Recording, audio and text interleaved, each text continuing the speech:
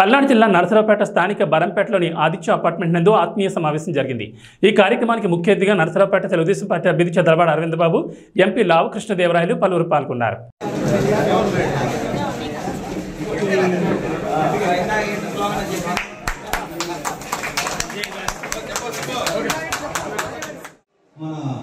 మాజీ ముఖ్యమంత్రి గారు గవర్నర్ నారా చంద్రబాబు నాయుడు గారు మన ఉమ్మడి రాష్ట్రాన్ని మరి ఎంతో అభివృద్ధి చేశారు। మన రాష్ట్ర విభజన తర్వాత కూడా మనం ఈ 5 సంవత్సరాలు 2014 నుంచి 19 వరకు మన తెలుగుదేశం పార్టీ తరఫున ఆంధ్ర రాష్ట్రాన్ని ఎంతో అభివృద్ధి చేశారు। మరి తాత్కాలిక సెక్రటరియట్ కానివ్వండి, రాజధానికి అమరావతిని చేయడానికి కానీ, మరి ఆ భూములు రైతుల నుంచి భూములు సేకరించడం కానీ, అక్కడ ఎన్నో కంపెనీలని ఇక్కడికి రాష్ట్రానికి కొత్త రాష్ట్రానికి తీసుకురావడం, మళ్ళీ మనకి హైదరాబాద్ పోయిందని హైదరాబాద్ లాగా ఒక పెద్ద మహానగరాన్ని మరి అమరావతిని జపాన్ వాళ్ళ ఆర్కెస్ట్రాతో మరి ఎంతో ఒక గొప్ప రాజధాని ఏర్పరచాలని ప్రయత్నం చేశారు। మరి దీనివల్ల 2019 తర్వాత మన పార్టీ తెలుగుదేశం పార్టీ మరి ఓడిపోయాక ఈ 5 సంవత్సరాలు కూడా మరి రాష్ట్రం ఎంత వెనకబడిపోయింది, ఎక్కడ అభివృద్ధి లేదు, ఇది చూసిన అవినీతి ఇవన్నీ కూడా మనం చూస్తూనే ఉన్నాం।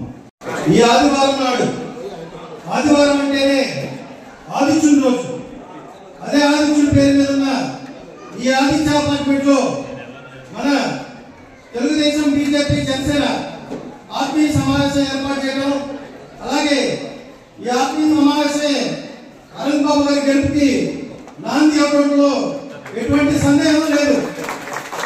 దేశంలో ఎన్డీఏ ప్రభుత్వం రావాలి, రాష్ట్రంలో ఎన్డీఏ ప్రభుత్వం విజయం సాధించాలి, నరసరావుపేటలో అరవింద్ బాబు గారు గెలుపు సాధించాలని ఈ ఆదిత్య అపార్ట్మెంట్ నుంచే కొన్ని పునాది ఇక్కడి నుంచి మొదలవుతుందని చెప్పడంలో ఎటువంటి సందేహం లేదు। ఎందుకంటే విశ్వనాయకుడు నరేంద్ర మోడీ గారి అండగా ఉండగా, విజనరీ నాయకుడు చంద్రబాబు నాయుడు గారి నాయకత్వంలో నార చుట్టిన నాటు బాంబు లాంటి పవన్ కళ్యాణ్ గారి పోరాట స్ఫూర్తితో మన ఇండియా కుటుంబం ముందుకు సాగుతుంది। ఈ రాష్ట్రంలో ఒక్క ఛాన్స్ ఇవ్వండి నాకంటూ అధికారంలోకి వచ్చిన జగన్మోహన్ రెడ్డి ఆయన అరాచకాలు, అవినీతి ఏ స్థాయికి లేదంటే ఆయన పరిపాలన ఇప్పుడు శవగీతం పాడకపోతే మన రాష్ట్రం అధోగతి పాలవుతుందనడంలో ఎటువంటి సందేహం లేదు। కోడెల కాసు ఏ రకంగా ఉన్నారు, అంతకుముందు కాసు పరమానంద రెడ్డి గారు, మత్స్యభూషణ్ గారు ఎట్లా ఉన్నారు ఏంటి, అంతకుముందు వచ్చిన ఎమ్మెల్యేలు ఎట్లా ఉన్నారు, మినిస్టర్లు ఎట్లా ఉన్నారు, మీరందరూ ఆలోచించుకోవాలి। మరి మనం చూస్తూనే ఉన్నాం, గత 5 సంవత్సరాల నుంచి రాజకీయాలు మారిపోయినాయి, డబ్బే ప్రమేయంగా ముందుకెళ్తున్నారు। ఈ దోపిడీ రోజు ఆగాలి। నేను ఎందుకోసమే అరవింద్ బాబు గారు 5 సంవత్సరాల నుంచి మీరు వస్తే నేను గెలుస్తాను అని ఆయన చెప్తూ ఉన్నారు నాకు। ఆయన ఉద్దేశం ప్రకారమే నేను ఇవాళ టీడీపీలో చేయడం జరిగింది। ఈ దోపిడీ రాజకీయాలు ఆగిపోతే రేపు రాబోయే రోజుల్లో ఇంకా మనం ఇబ్బంది పడాల్సి వస్తుంది। మీరు ఓటు వేసినప్పుడు BJP, Janasena, TDP, YSR party ఆలోచించడు, అదొక రకం। ముందు వ్యక్తిగతంగా ఆలోచించాలి। వ్యక్తిగతంగా ఎవరు మంచోళ్ళు, అరవింద్ బాబు గారికి నాకు 35 సంవత్సరాల నుంచి పరిచయం।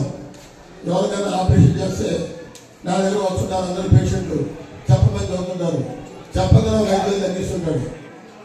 మిగతా డాక్టర్లు కొంతమంది ఫోన్ చేసిన రెస్పాన్స్ ఉండదు।